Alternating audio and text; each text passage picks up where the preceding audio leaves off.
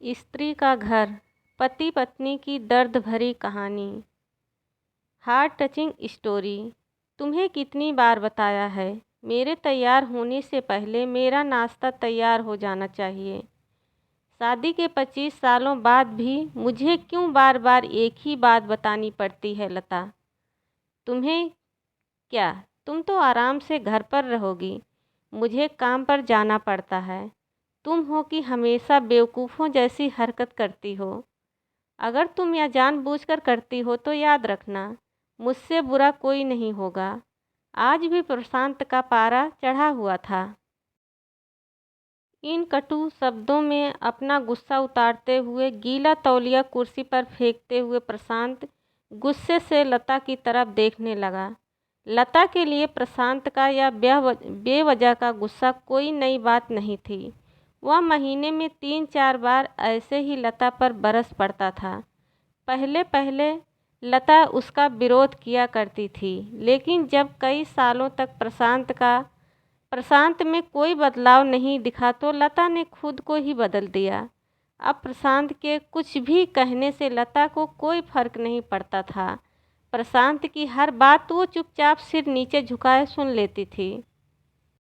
शादी के पहले 5 साल तक लता ने पूरी कोशिश की थी कि प्रशांत को बदला जाए, लेकिन फालतू का गुस्सा करना और बाद में लता को भला बुरा कहना, यह मानो जैसे उसकी आदत बन गई थी।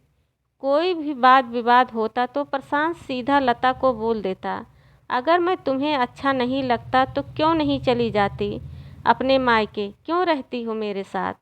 इतना सब कुछ होने के बावजूद लता प्रशांत के साथ रहती थी, क्योंकि उसे अपनी बेटी की फिक्र थी। वह जाती भी तो कहाँ, अपने बूढ़े हो चुके माँ बाप को इस उम्र में परेशान करना वह नहीं चाहती थी। समाज और लोग क्या कहेंगे, यह भी तो उसे देखना था। वह इतनी पढ़ी लिखी भी नहीं थी कि खुद जाकर कोई नौकरी कर सके और अपना और अपनी बेटी का पालन पोषण कर सके। लता को अब अपनी फिक्र नहीं थी, उसको फिक्र थी तो बस अपनी शादी लायक हो रही बेटी की। लता नहीं चाहती थी कि पति पत्नी के झगड़े की वजह से काव्या डिस्टर्ब हो। काव्या की पढ़ाई पूरी हो चुकी थी, उसके लिए अब शादी के रिश्ते आने लगे थे। कई रिश्तों को काव्या ठुकरा चुकी थी। 2-3 महीनों बाद एक अच्छा रिश्ता आया। रिश्तेदारों और पहचान के लोगों ने भी लड़के के बहुत गुणगान किए थे। प्रशांत एक शाम अपनी बेटी के पास बैठकर उसे बताने लगा, काव्या बहुत अच्छा लड़का है, पढ़ा लिखा है, बड़ा घर है, बहुत अच्छी नौकरी है। ऐसे रिश्ते बार बार नहीं आते बेटा, इस बार मना मत करना। काव्या अपने पिता से ज़्यादा बात नहीं करती थी, शायद डरती थी या शायद नफरत करती थी, लेकिन आज वो अपनी पूरी हिम्मत इकट्ठा कर बोली, मुझे अभी शादी नहीं करना है पापा, मैं नौकरी करना चाहती हूँ। खुद अपने पैरों पर खड़ी होना चाहती हूँ। हाँ तो उसमें क्या बड़ी बात है? मैंने लड़के से बात की है, वह तुम्हें किसी बात के लिए नहीं रोकेगा। तुम शादी के बाद भी नौकरी कर सकती हो, वह तुम्हें नौकरी के लिए परमिशन दे देगा। प्रशांत बोला, मेरा नौकरी करना या न करना उसकी परमिशन पर क्यों डिपेंड रहेगा पापा? काव्या ने पूछा। मैं कह रहा हूँ ना, तुम्हें किसी भी चीज़ की कमी नहीं होगी वहाँ। ऐसे रिश्ते बार बार नहीं आते, इसे ठुकरा मत, बहुत खुश रहोगी तुम वहाँ। प्रशांत बोला, पापा क्या मैं उतनी ही खुश रहूँगी जितनी मम्मी इस घर में खुश है? काव्या ने तंज कसते हुए कहा, आज तुम्हारी जबान कुछ ज़्यादा ही चल रही है। प्रशांत गुस्से से आंखें बड़ी करते हुए बोला, पापा मुझे शादी नहीं करनी है, क्योंकि शादी के बाद अगर वह लड़का आपके जैसे निकला तो मैं क्या करूँगी? मुझे आपके जैसा जीवन साथी नहीं चाहिए, जो बिना बात के मुझ पर हमेशा चिल्लाए। मुझे कुछ भी अपनी पसंद का लेना हो तो 10 बार सोचना पड़े, कहीं वह नाराज़ ना हो जाए। मेरी तबीयत कैसी भी हो उसे परवाह ना हो, रोटी थोड़ी सी मोटी बन जाए तो घर सर पर उठा ले। उसकी चेकबुक ना मिले तो भी मेरा ही दोष निकाले और हर छोटी मोटी बात पर मुझे मायके जाने के लिए कहे। काव्या ने अपना दिल खाली करते हुए पापा से सब कह दिया। प्रशांत का गुस्सा सातवें आसमान पर था, लेकिन उसके मुंह से एक शब्द भी नहीं फूट रहा था। वो काव्या की बातें सुन रहा था। काव्या उतना ही बोलकर चुप नहीं हुई। आज पहली बार वह अपने पापा के सामने इतना कुछ बोल रही थी। पापा, आपने माँ के साथ हमेशा गलत व्यवहार किया है। आप अपने ऑफिस का गुस्सा बिना सोचे समझे माँ पर उतार देते हैं।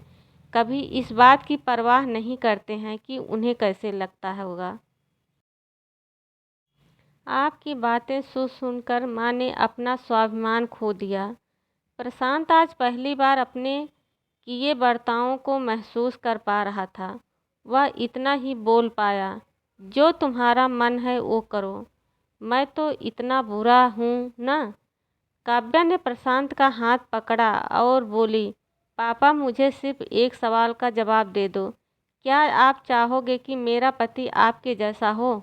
अगर आपका जवाब हाँ है तो कर दीजिए मेरा रिश्ता आज ही, और ना है तो मुझे आत्मनिर्भर बनने दीजिए। प्रशांत कुछ भी ना बोल पाया और वहाँ से चुपचाप बाहर चला गया। आज उसे लता के सामने जाने में शर्म आ रही थी। चलते चलते उसकी आंखों से आंसू बह रहे थे। प्रशांत ने आज से अपने आप को बदलने का निश्चय किया। अगले दिन से लता ने अपने पति में काफ़ी बदलाव देखा। वह सोचने लगी कि जो हिम्मत काव्या ने दिखाई है, वह हिम्मत अगर वह पहले ही दिखा देती तो शायद आज परिस्थिति कुछ और होती। अब काव्या पढ़ लिख कर अच्छी नौकरी करने लगी थी और 3 साल बाद उसके लिए एक अच्छा रिश्ता आया। और उसकी विदाई पर प्रशांत बोला, बेटा तू हमेशा खुश रहेगी, क्योंकि तेरा पति तेरे बाप जैसा नहीं है। प्रशांत की यह बात सुनकर लता और काव्या की आंखों से आंसू बहने लगे। दोस्तों, हमारे समाज में औरतों को भले ही देवी का दर्जा दिया जाता है, लेकिन वह स्वतंत्रता नहीं दी जाती जो उन्हें देनी चाहिए। उन्हें बचपन से ही बताया जाता है कि वह पराया धन है। स्कूल से आने में देर हो जाए तो पिटाई मिलती है। मोबाइल पर बातें करते हुए दिख जाए या खिड़की से झांकते हुए दिख जाए तो शक किया जाता है। माँ बाप का घर तुम्हारा नहीं है, पति का घर ही तुम्हारा है। जीवन भर यह बातें बता बता कर उन्हें ससुराल भेज दिया जाता है। उम्मीद है आपको ये कहानी ज़रूर पसंद आई होगी। अगर कहानी पसंद आई हो तो प्लीज़ कमेंट के द्वारा हमें ज़रूर बताइएगा। दोस्तों, कहानी पढ़ने के लिए आप सबका बहुत बहुत धन्यवाद।